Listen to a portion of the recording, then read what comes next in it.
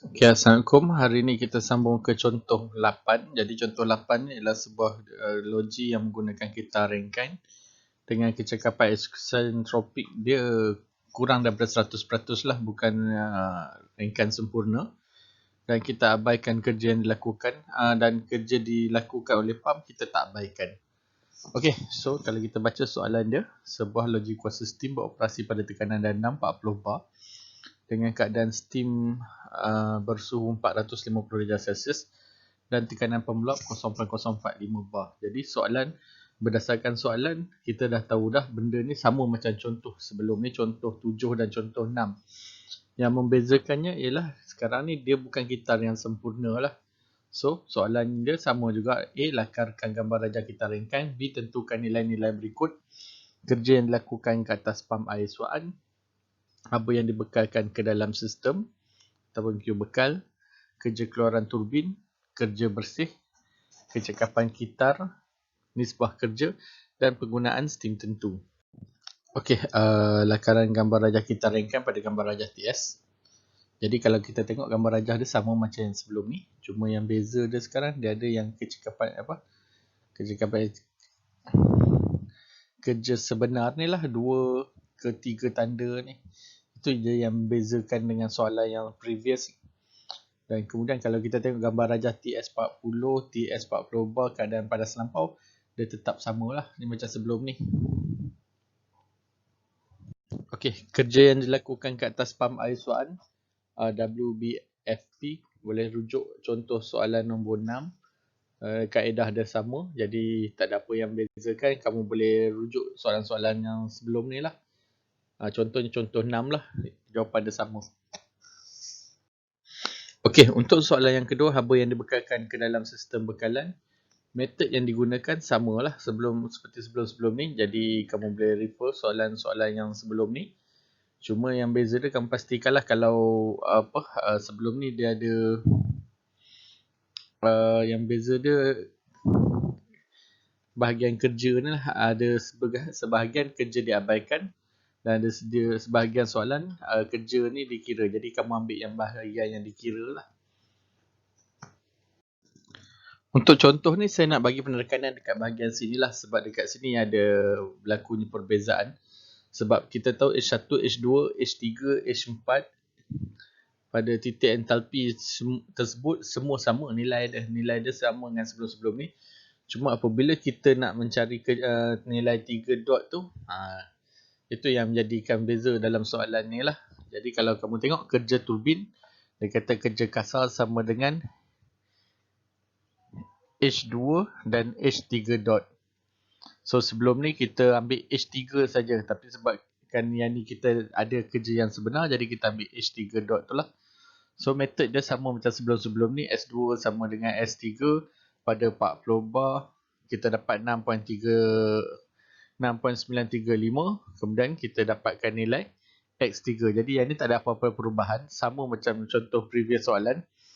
Kemudian kita masukkan nilai tersebut, kita dapatlah H3 sama dengan 2013 kJ per kilogram. Okey, untuk soalan ni kita tengok kecekapan eksentropik adalah sama dengan H2 tolak H3 dot dan H2 tolak dengan H3. Jadi yang ni kita tahu kecekapan sebenar bagi dengan kerja sebenar bagi dengan kerja eksentropik. So yang dekat sini lah. So 1, yang ni eksentropik.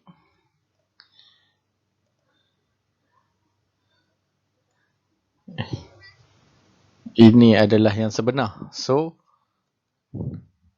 1. Ni lah kita nak cari nilai 3 dot. Apabila kita dapat 3 dot baru kita dapat selesaikan soalan-soalan yang lain.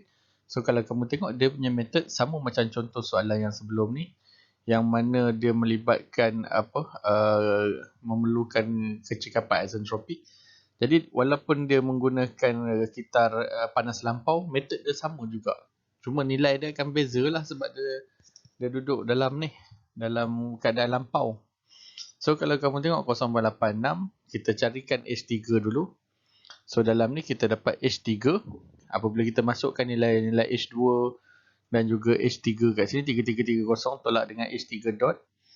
3330 tolak 2103, kemudian kita bahagikan dan kita dapat 22.75. So apabila kita dah dapat nilai tersebut, kita masukkanlah. So H2 adalah sama dengan 3330 tolak dengan H3 dot kita 2275, jadi kita dapat 1055 kilojoule per kilogram. Untuk bahagian yang lain, kita tengok kerja bersih. So method dia samalah. Cuma kalau soalan dia, kalau pump diabaikan, kita akan dapatlah nilai turbin tu sama dengan kerja bersih. Tapi disebabkan dalam kes ni kerja pump tak diabaikan, jadi kita kena tolaklah dengan nilai kerja pump tersebut, iaitu 4. Jadi kita dapatlah 1051 kilojoule per kilogram. Untuk kecekapan liter, kerja bersih adalah sama dengan Q bekal. Jadi kerja bersih yang diperoleh ialah 1051 bahagikan dengan 3196 Q bekal. Jadi kita dapatlah 0.3288, ataupun kalau kita kalikan dengan 100%, kita akan dapat 32.88 darjah. Itu yang peratus. Okey, nisbah kerja adalah kerja bersih bagi dengan kerja kasar.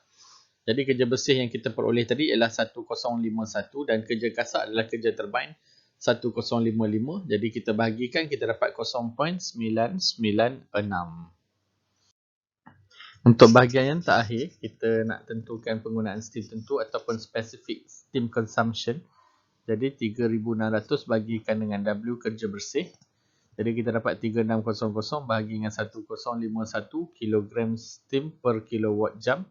Jadi kita dapat 3.425 kg steam per kilowatt jam. Okey, terima kasih. Saya harap kamu semua telah mencuba contoh soalan nombor 8 tersebut. Jadi dalam contoh soalan 8 tadi, sistem bekerja pada kita rengkan dengan kecakapan isentropik semasa proses penggambangan adalah 86%. Dan kerja yang kerja pump kita kira.